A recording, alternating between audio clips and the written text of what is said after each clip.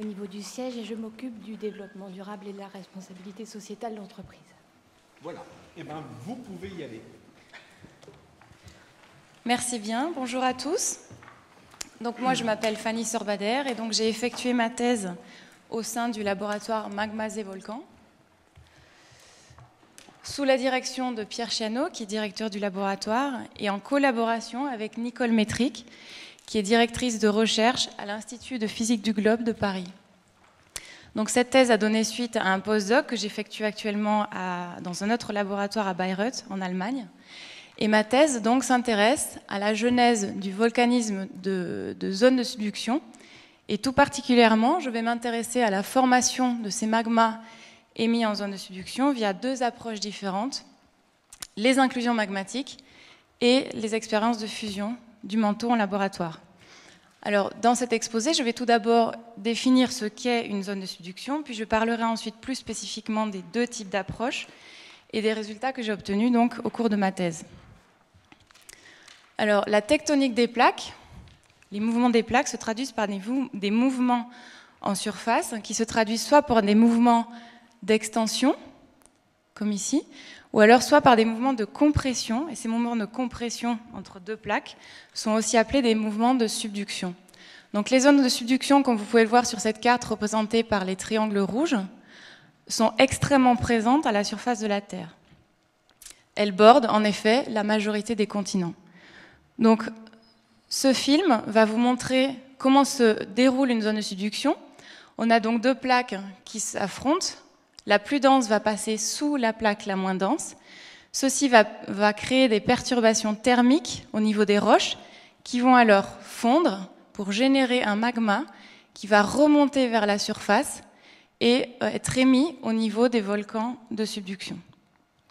Alors, la particularité de ce volcanisme, c'est qu'il recense les volcans parmi les plus dangereux de la planète. Donc ici, vous pouvez avoir des éruptions de taille, des éruptions de type cataclysmique, comme ici le mont Chaiten au Chili il y a quelques années. Ils peuvent faire l'objet de l'émission de nuées ardentes, qui sont parmi les phénomènes les plus dangereux qui se passent au niveau des volcans, comme ici l'éruption du mont Pinatubo, l'éruption de 1993 aux Philippines.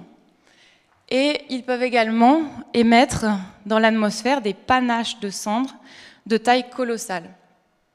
Donc bien sûr, ce type d'éruption va avoir des répercussions directes sur les populations qui vivent autour des volcans, mais aussi des populations même parfois autour de la planète.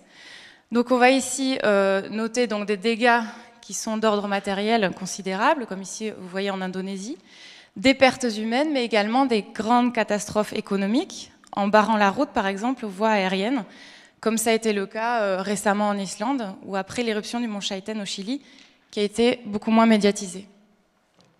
Ce volcanisme de subduction, certaines éruptions ont été également responsables de la disparition de civilisations par le passé. C'est le cas, par exemple, de la civilisation minoenne en Crète, qui a été complètement anéantie par l'éruption du volcan Santorin.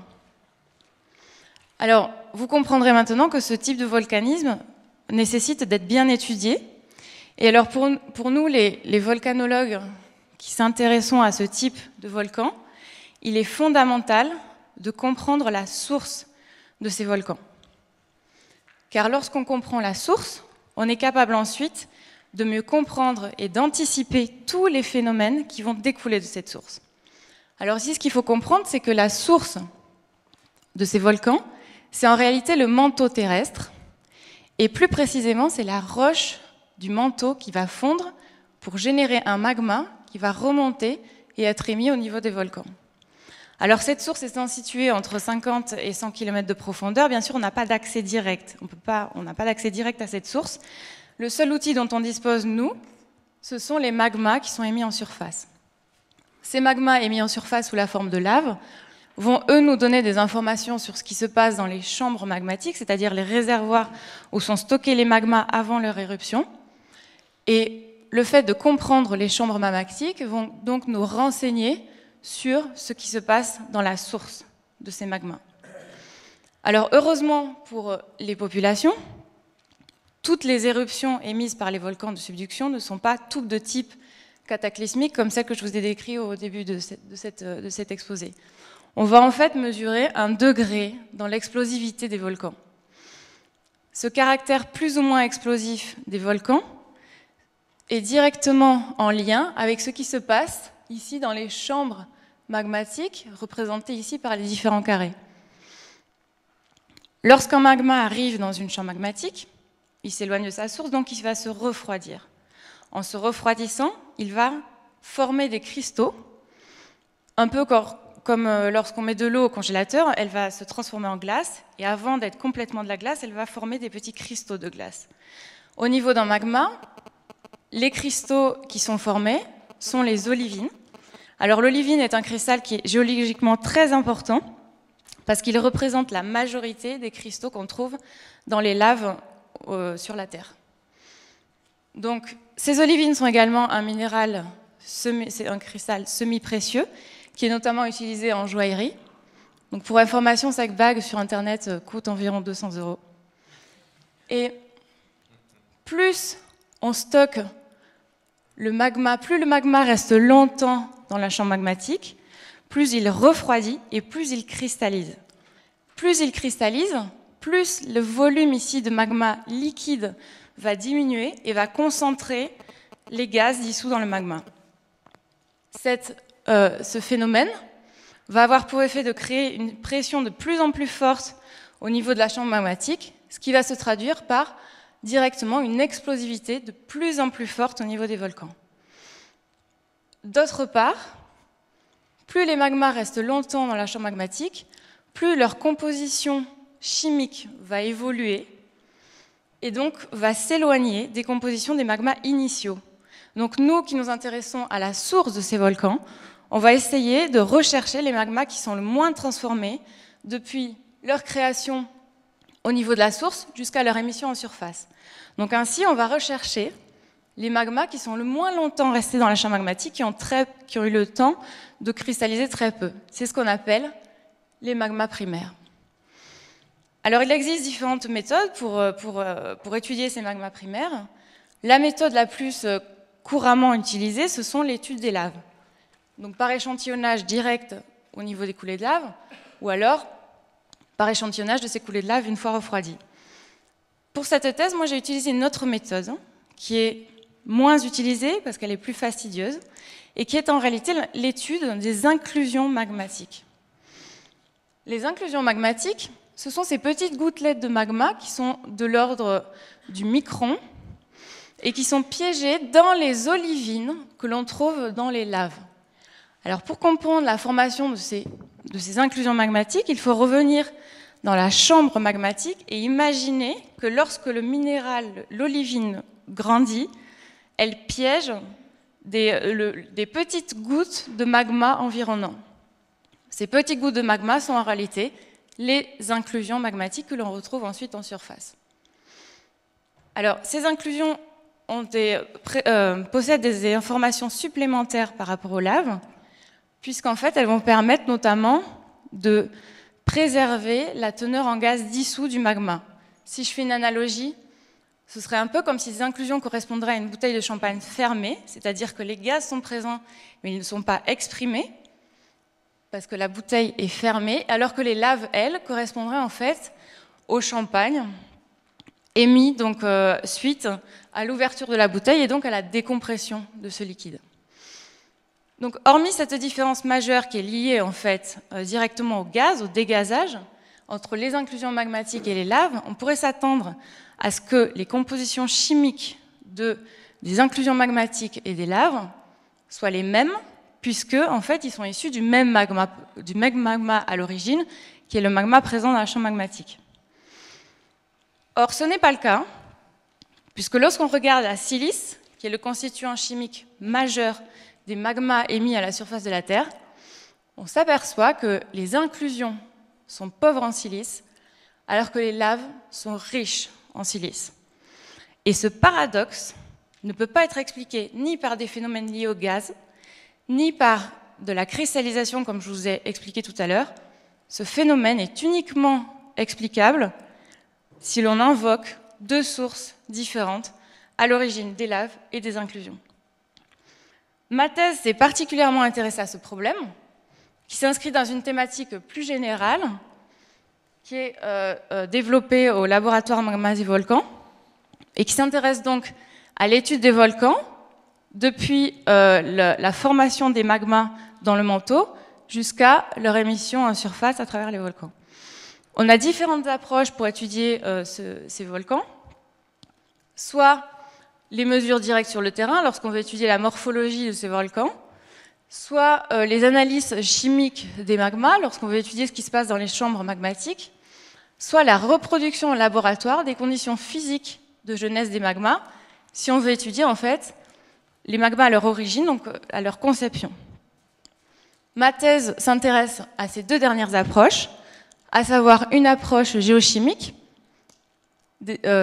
ici donc par l'étude des intrusions magmatiques, et une approche expérimentale, qui est la fusion du manteau en laboratoire. Alors on va s'intéresser tout d'abord à la première approche, qui est l'étude des inclusions magmatiques. Ce qu'il faut savoir, c'est que pour étudier ces inclusions magmatiques, on a besoin des laves dans lesquelles on va regarder les olivines et donc les inclusions.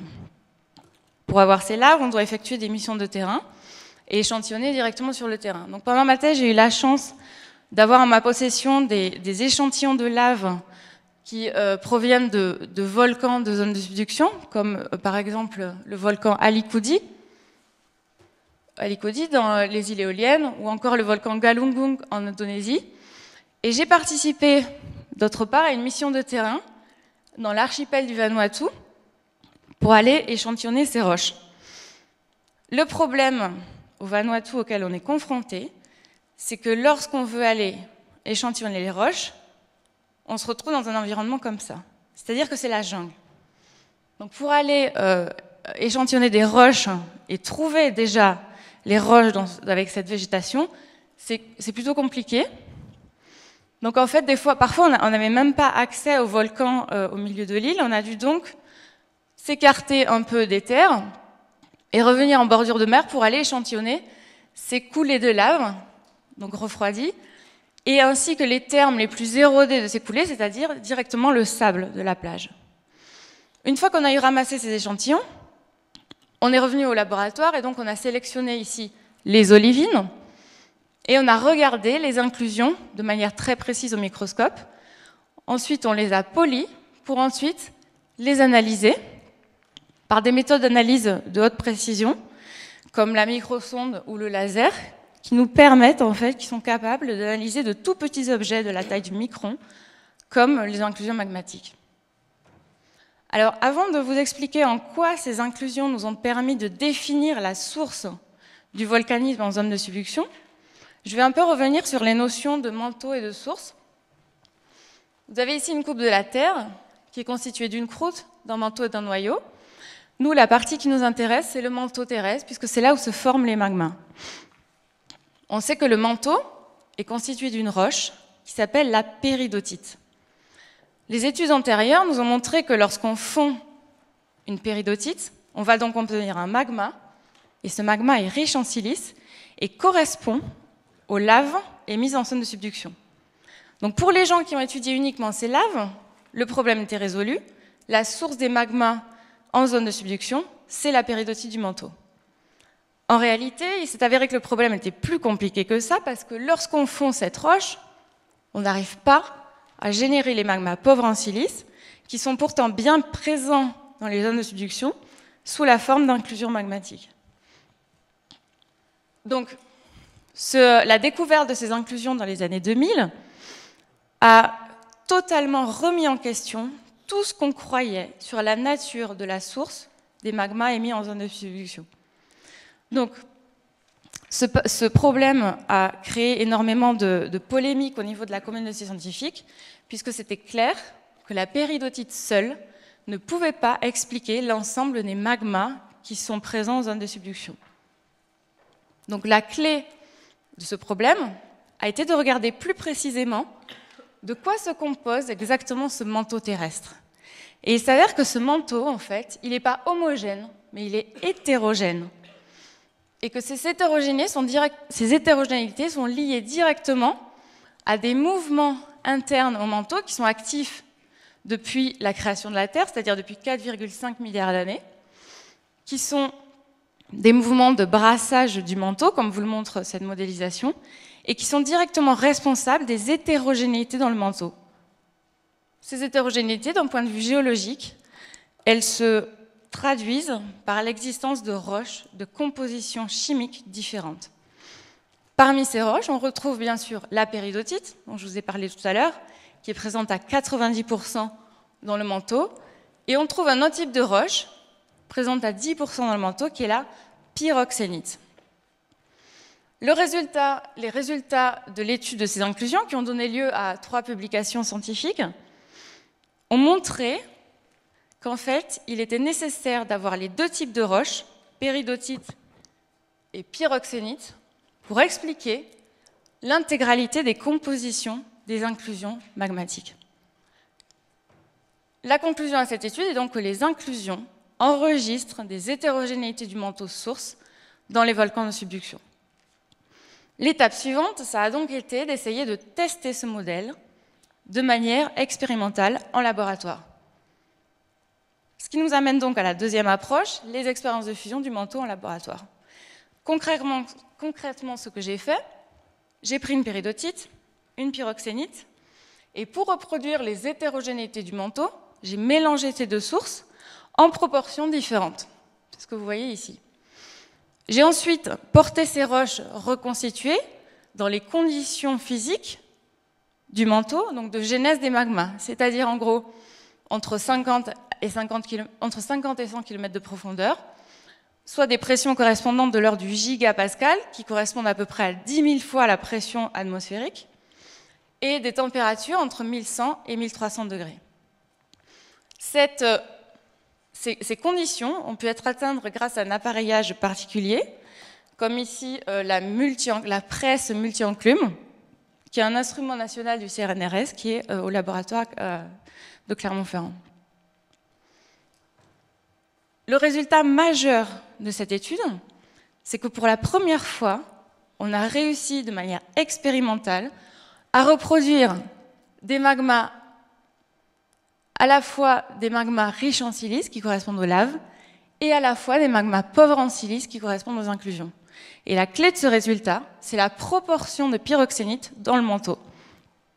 La conclusion donc ici, c'est qu'on a besoin de 25% de pyroxénite pour expliquer l'intégralité des magmas émis en zone de subduction, à savoir les laves et les inclusions.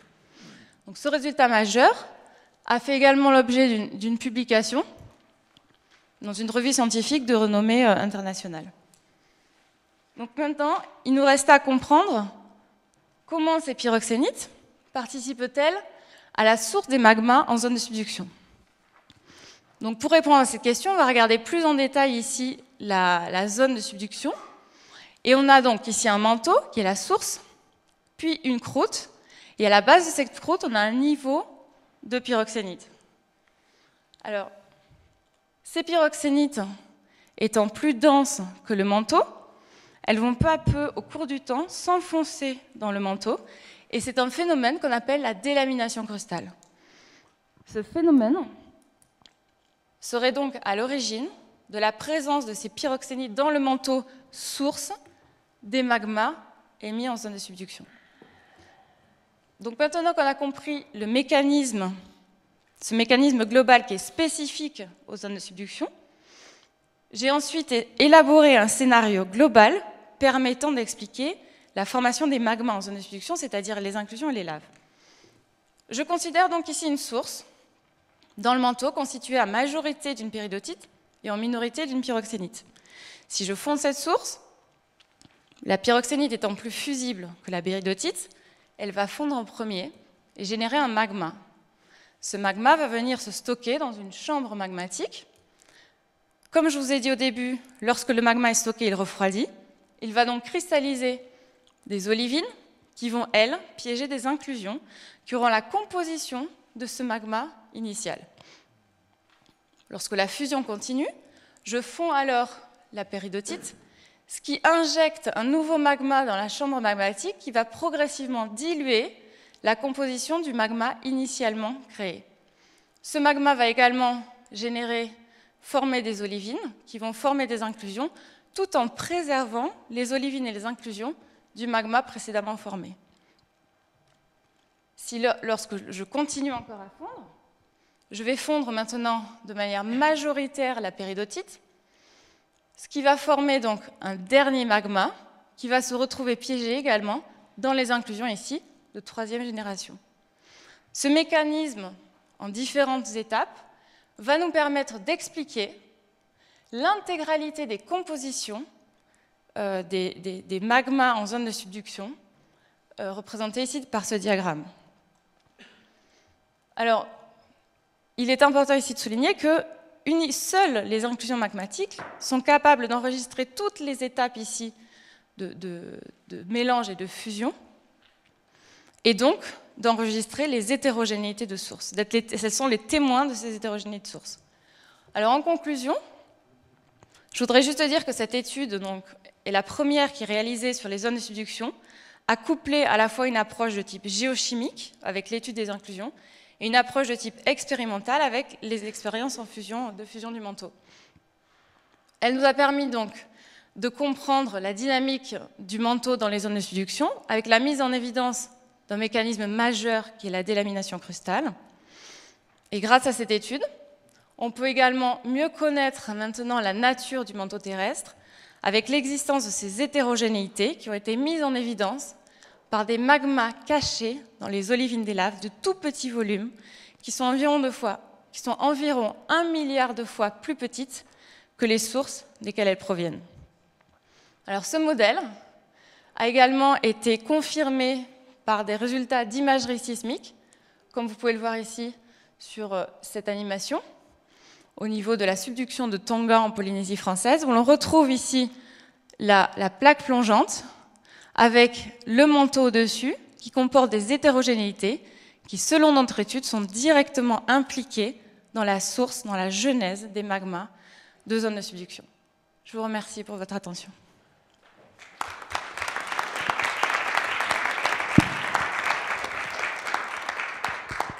Donc les questions. Nous avons 10 minutes de questions. Ben moi, je vais vous en poser une. Il y a un truc que je n'ai pas compris. Donc, vous aviez dit que dans le manteau, il y avait 10% de pyroxénite, hein, et qu'en laboratoire, pour reproduire, vous en avez besoin de 25%. Alors, c'est entre ce 10% et ce 25%. Alors, en fait, quand j'ai dit qu'il y avait 10% de pyroxénite, je parle d'une moyenne sur le manteau terrestre global. C'est-à-dire que si on prend en compte, je ne sais pas si vous vous rappelez de cette modélisation numérique, si on prend en compte ce brassage du manteau, on obtient à peu près 10% de pyroxénite en moyenne sur le manteau terrestre. Moi, mes expériences qu'elles ont démontrées, c'est qu'en fait, il fallait que j'arrive jusqu'à 25% de pyroxénite dans la source pour arriver à générer tous les magmas, c'est-à-dire les inclusions et les laves. Et ces 25%, c'est plus donc que les 10%, et on l'explique par le phénomène de délamination crustale qui amène encore plus de pyroxénite dans le manteau que le modèle global simplement par brassage du manteau. Ok, merci. Oui, moi j'ai une question à vous poser. Si vous deviez demain rencontrer des jeunes garçons et des jeunes filles qui ont 17, 18 ans, qui vont passer le bac l'année prochaine, vous leur diriez quoi pour qu'ils fassent de la recherche comme vous ? Pour qu'ils fassent de la recherche en géologie ou de la recherche en général ? Non, de la recherche. Sur les volcans ? Dans votre domaine, puisque vous êtes en train de vulgariser votre domaine, entre guillemets. Je leur dirais que s'ils sont en Auvergne, c'est quand même une région qui est très volcanique et que s'ils veulent comprendre le paysage qui les entoure, il faut étudier les volcans. Et un petit peu plus, s'ils ne sont pas en Auvergne et s'ils viennent d'ailleurs pour ça ? Alors je leur dirais que que la science, c'est indispensable pour arriver à mieux comprendre les phénomènes qui régissent par exemple la Terre. Pour mieux comprendre la Terre, on est obligé de passer par cette recherche scientifique, qui est une recherche des fondamentaux en fait. Et voilà, donc s'ils ont envie de comprendre un peu l'univers qui nous entoure, la terre sur laquelle on vit et les volcans qui explosent de temps en temps, dont on entend parler dans les médias, en fait, c'est important de passer par cette recherche-là. Et je termine par une troisième question. Une fois qu'ils vous ont dit qu'ils pourraient avoir envie, s'ils vous demandent pourquoi il faut étudier la Terre. Pourquoi il faut étudier la Terre? Parce que l'être humain est fait comme ça, c'est qu'il a envie de connaître et de repousser toujours les limites de nos connaissances. Donc de connaître les phénomènes qui nous entourent, c'est ce qu'on appelle les sciences fondamentales. C'est ce qui nous distingue des sciences appliquées, où on a une directe application pour des... Les sciences fondamentales, ça sert simplement à acquérir plus de connaissances. Parce que je pense qu'on est fait pour ça aussi et que c'est une partie de notre vie. Alors, votre cheminement est très intéressant et votre rêve de carrière? Donc là, je suis en train de réaliser un peu mon rêve de carrière, puisque je suis en train d'effectuer un postdoc en Allemagne. Alors bien sûr, quand on rentre dans ces spécificités scientifiques-là, on est obligé à un moment donné de choisir des voies. Donc moi, ce que j'ai choisi ici, c'est la partie expérimentale. Donc c'est ce que je fais en Allemagne, là en ce moment, dans mon postdoc. Et donc maintenant, je me focalise uniquement sur la fusion des magmas au niveau du manteau. Mon rêve, ce serait d'arriver à... En fait, je trouve qu'une approche comme ça, finalement, est beaucoup plus intéressante que de cibler simplement une partie de la recherche.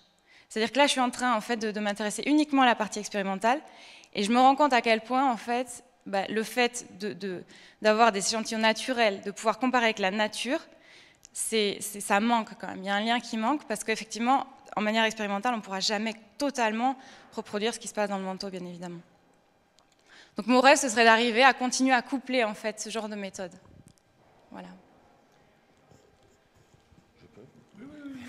Et au niveau des applications que vous voyez par rapport à cette recherche, et je ne parle pas simplement de la vulcanologie, mais je parle d'autres applications dans d'autres domaines.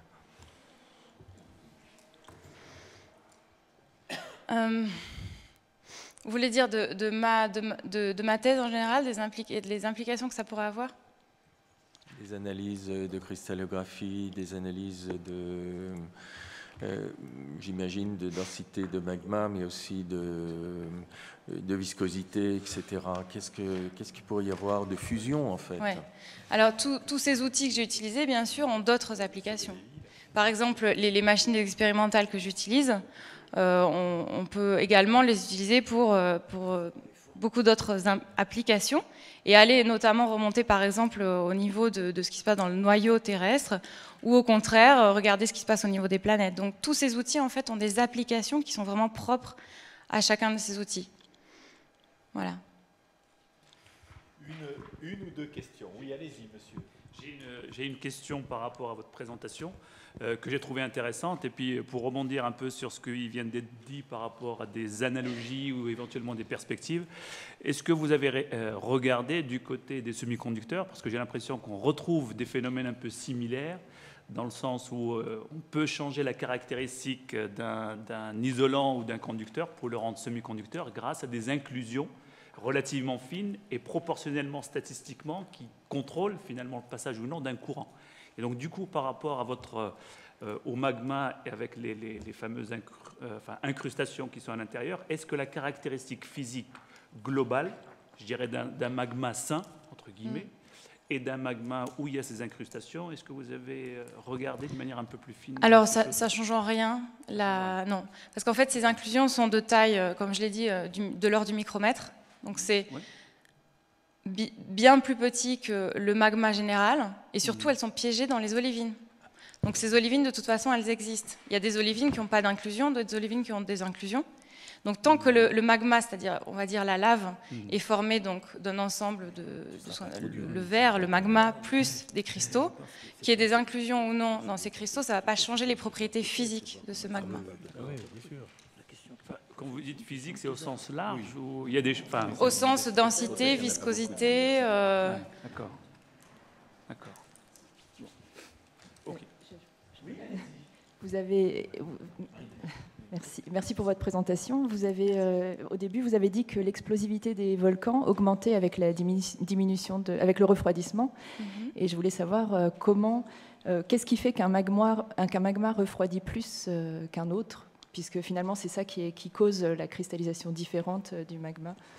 Alors c'est simplement le temps qui va passer dans la chambre magmatique. C'est-à-dire que lorsqu'il est créé au niveau de la source, c'est un peu comme si vous avez une casserole auprès du feu. L'eau va bouillir, par exemple, si vous avez une casserole d'eau, si vous l'éloignez de la source de chaleur, elle va arrêter de bouillir, elle va se refroidir. Une fois que le magma il est créé dans la source, il va se mettre dans les chambres magmatiques, c'est comme si on enlevait la casserole, donc il refroidit.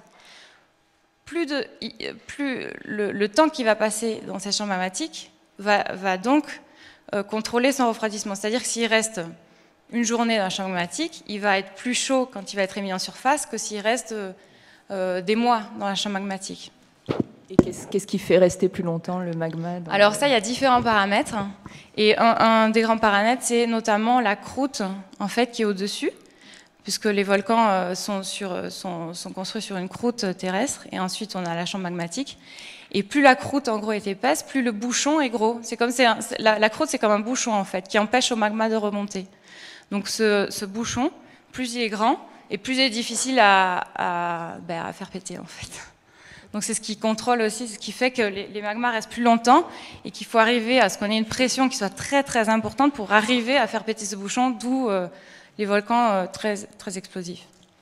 C'est pour ça notamment que les éruptions très très explosives ne sont pas très fréquentes, puisqu'il faut le temps que les gaz augmentent et que le bouchon pète et que la chambre soit réalimentée, etc. Donc elles arrivent, voilà, pas très souvent. Merci. Ouais. Est-ce qu'il y a d'autres questions? Non. Il nous reste à vous remercier. Merci. C'est moi qui vous remercie.